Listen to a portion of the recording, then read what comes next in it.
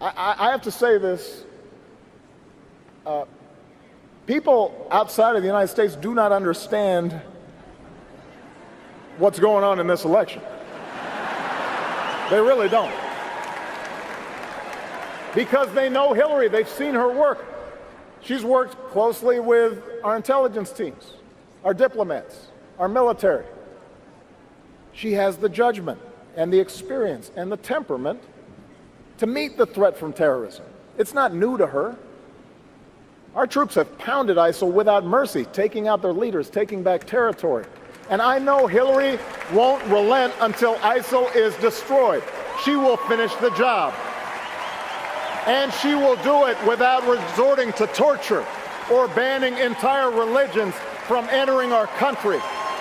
She is fit and she is ready to be the next commander-in-chief.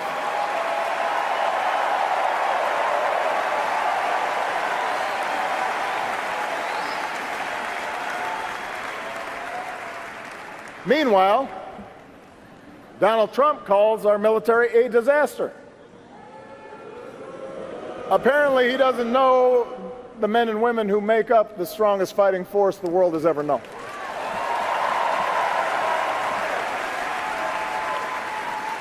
He suggests America is weak. He must not hear the billions of men and women and children from the Baltics to Burma who still look to America to be the light of freedom and dignity and human rights. He cozies up to Putin, praises Saddam Hussein, tells our NATO allies that stood by our side after 9/11 that they have to pay up if they want our protection. Well, America's promises do not come with a price tag. We meet our commitments. We bear our burdens. That's one of the reasons why almost every country on earth sees America as stronger and more respected today than they did 8 years ago when I took office.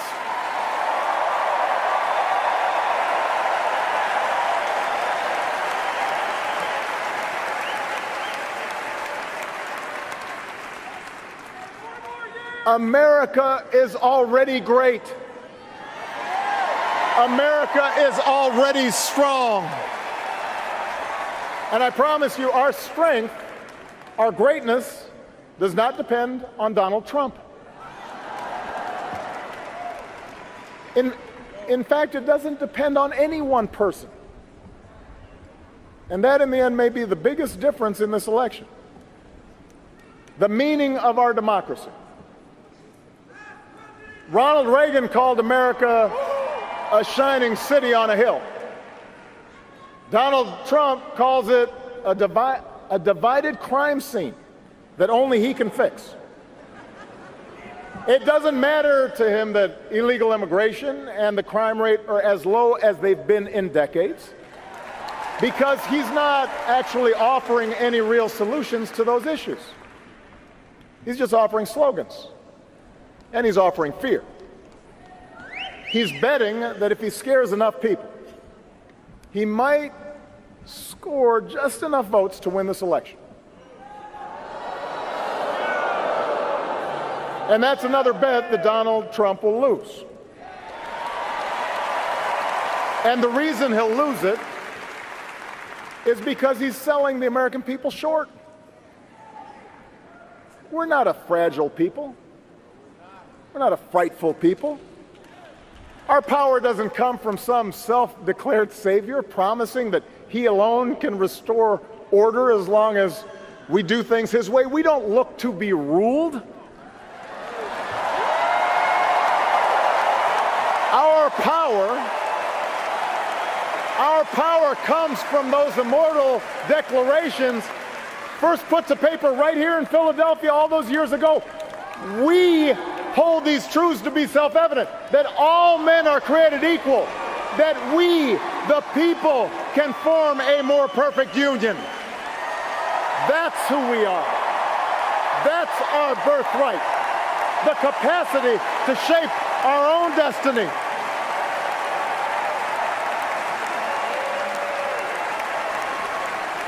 That's what drove That's what drove patriots to choose revolution over tyranny, and our GIs to liberate a continent. It's what gave women the courage to reach for the ballot, and marchers to cross a bridge in Selma, and workers to organize and fight for collective bargaining and better wages.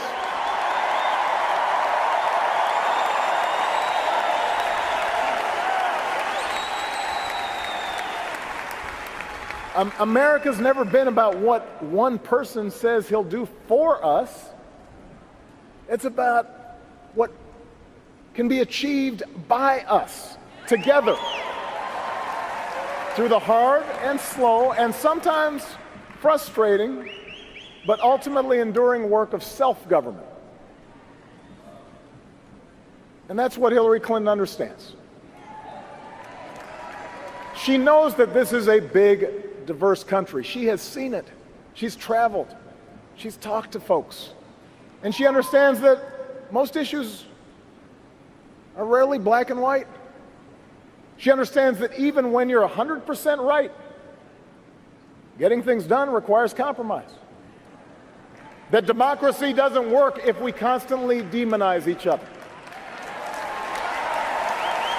She knows that for progress to happen, we have to listen to each other and see ourselves in each other and fight for our principles, but also fight to find common ground, no matter how elusive that may sometimes seem. Hillary knows we can work through racial divides in this country when we realize the worry black parents feel when their son leaves the house isn't so different than what a brave cop's family feels when he puts on the blue and goes to work. That we can honor police and treat every community fairly. We can do that.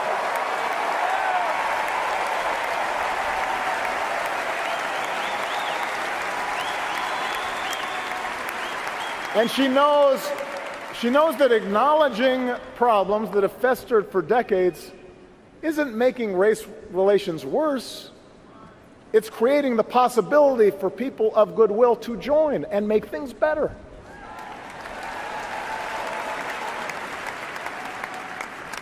Hillary knows we can insist on a lawful and orderly immigration system while still seeing striving students and their toiling parents as loving families, not criminals or rapists. Families that came here for the same reason our forebears came, to work and to study and to make a better life in a place where we can talk and worship and love as we please. She knows their dream is quintessentially American, and the American dream is something no wall will ever contain.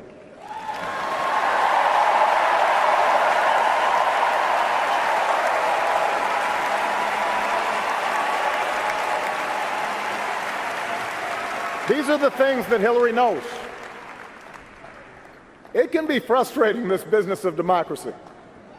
Trust me, I know. Hillary knows too.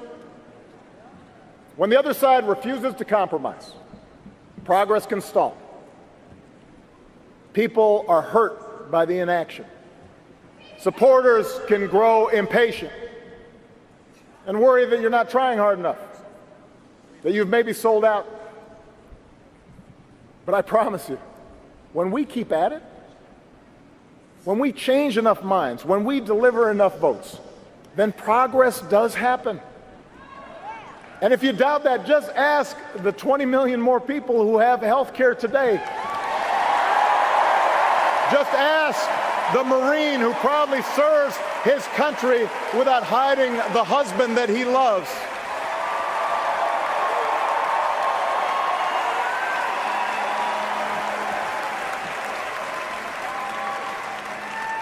Democracy works, America, but we got to want it.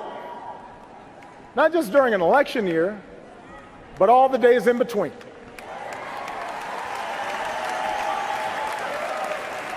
So if you agree that there's too much inequality in our economy and too much money in our politics, we all need to be as vocal and as organized and as persistent as Bernie Sanders supporters have been during this election.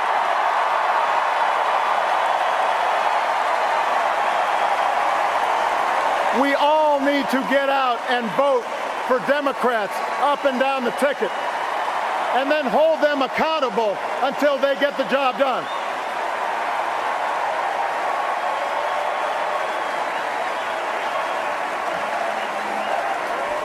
That's right, feel the burn.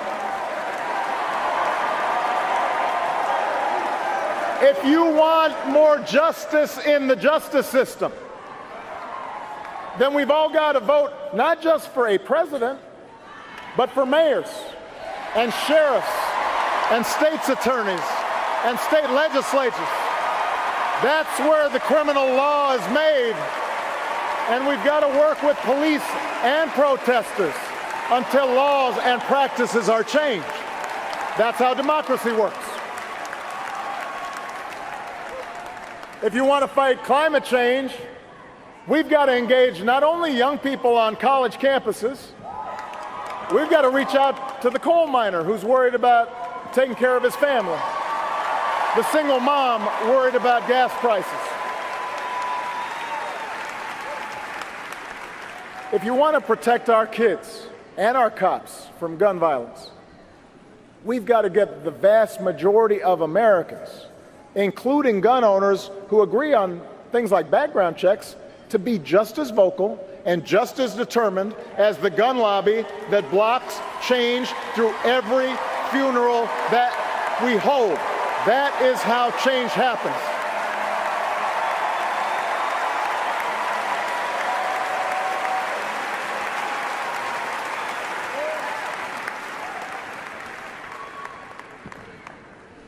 Look,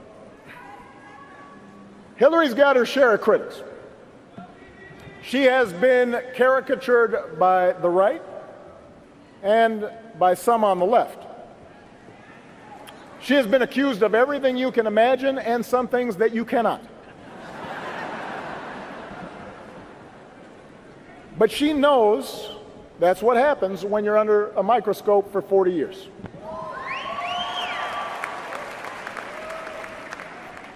She knows that sometimes during those 40 years she's made mistakes, just like I have, just like we all do. That's what happens when we try. That's what happens when you're the kind of citizen Teddy Roosevelt once described. Not the timid souls who criticize from the sidelines, but someone who is actually in the arena, who strives valiantly, who errs, but who at the best knows in the end the triumph of high achievement. Hillary Clinton is that woman in the arena. She's been there for us, even if we haven't always noticed. And if you're serious about our democracy, you can't afford to stay home just because she might not align with you on every issue. You've got to get in the arena with her, because democracy isn't a spectator sport. America isn't about, yes, he will. It's about, yes, we can. And we're going to carry Hillary to victory this fall because that's what the moment demands.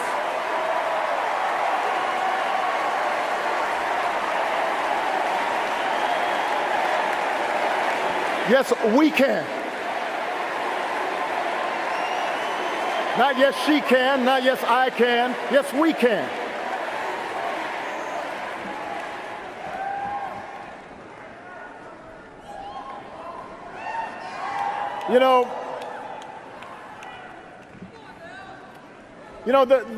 There's been a lot of talk in this campaign about what America has lost.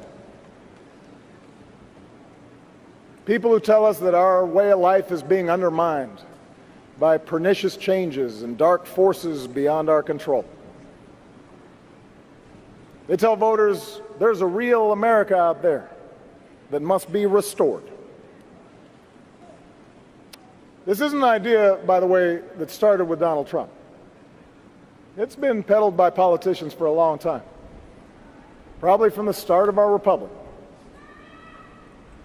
And it's gotten me thinking about the story I told you 12 years ago tonight about my Kansas grandparents and the things they taught me when I was growing up. See, my grandparents, they came from the heartland. Their ancestors began settling there about 200 years ago. I don't know if they had their birth certificates, but they were there. And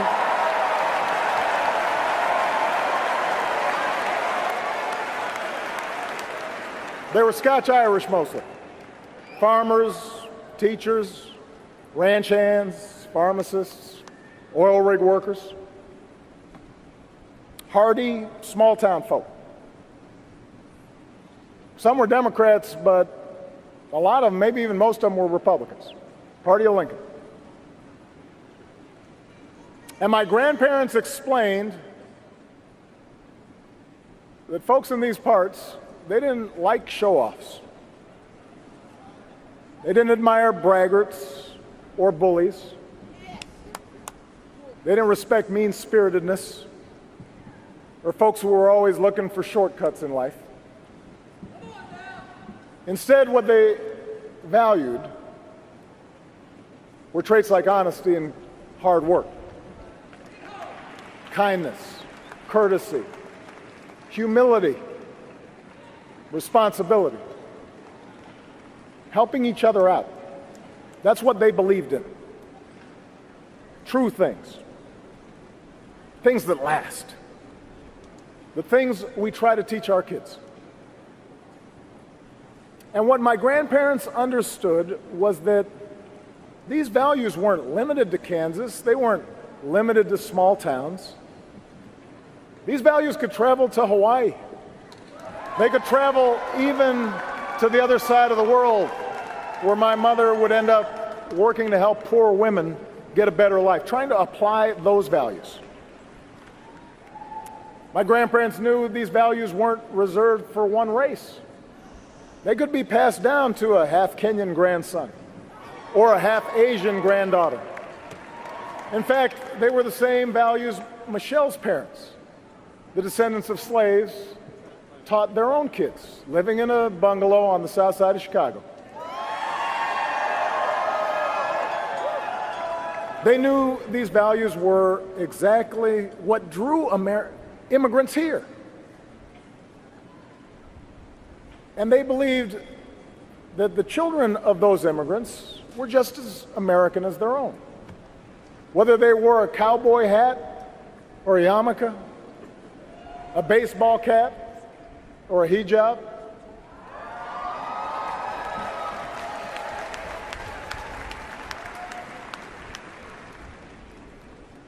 America has changed over the years. But these values that my grandparents taught me, they haven't gone anywhere. They're as strong as ever. Still cherished by people of every party, every race, every faith. They live on in each of us. What makes us American, what makes us patriots, is what's in here. That's what matters. And that's why we can take the food and music and holidays and styles of other countries and blend it into something uniquely our own. That's why we can attract strivers and entrepreneurs from around the globe to build new factories and create new industries here. That's why our military can look the way it does. Every shade of humanity forged into common service. That's why anyone who threatens our values, whether fascists or communists or jihadists or homegrown demagogues, will always fail in the end.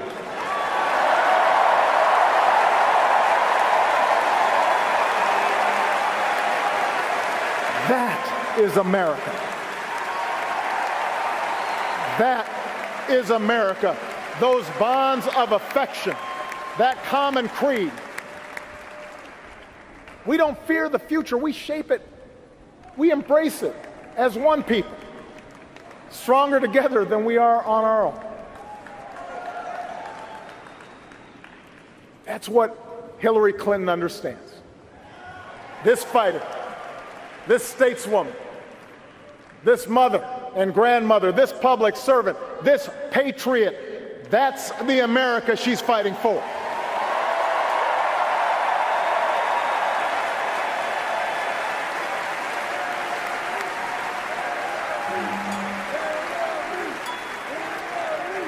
And that is why I have confidence, as I leave this stage tonight, that the Democratic Party is in good hands. My time in this office, it hasn't fixed everything.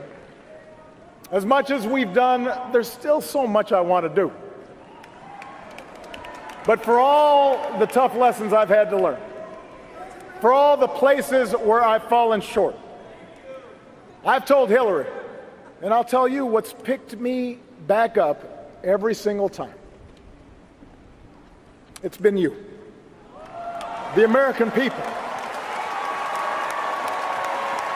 It's the letter I keep on my wall from a survivor in Ohio who twice almost lost everything to cancer, but urged me to keep fighting for health care reform, even when the battle seemed lost. Do not quit. It's the painting I keep in my private office, a big-eyed green owl with blue wings, made by a 7-year-old girl who was taken from us in Newtown, given to me by her parents so I wouldn't forget. A reminder of all the parents who have turned their grief into action. It's the small business owner in Colorado who cut most of his own salary so he wouldn't have to lay off any of his workers in the recession, because he said that wouldn't have been in the spirit of America.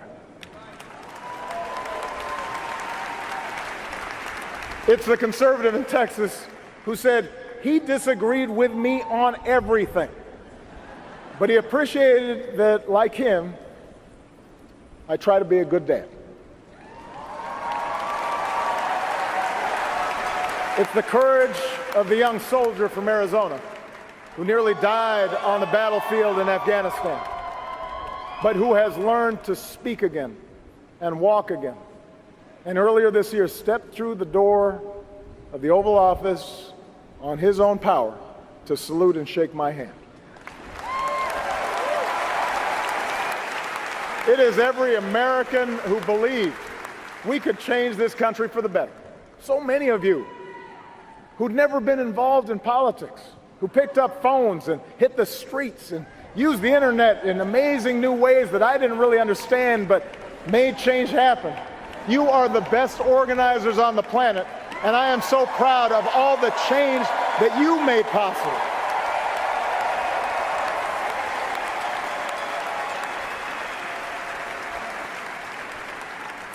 Time and again, you've picked me up.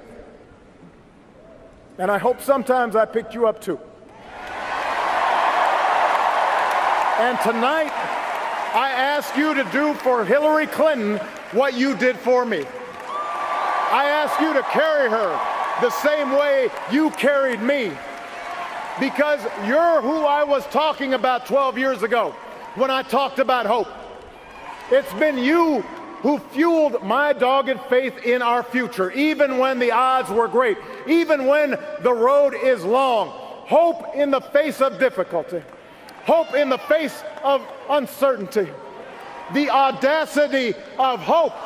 America, you've vindicated that hope these past 8 years. And now I'm ready to pass the baton and do my part as a private citizen. So this year, in this election, I'm asking you to join me, to reject cynicism and reject fear, and to summon what is best in us to elect Hillary Clinton as the next president of the United States and show the world we still believe in the promise of this great nation.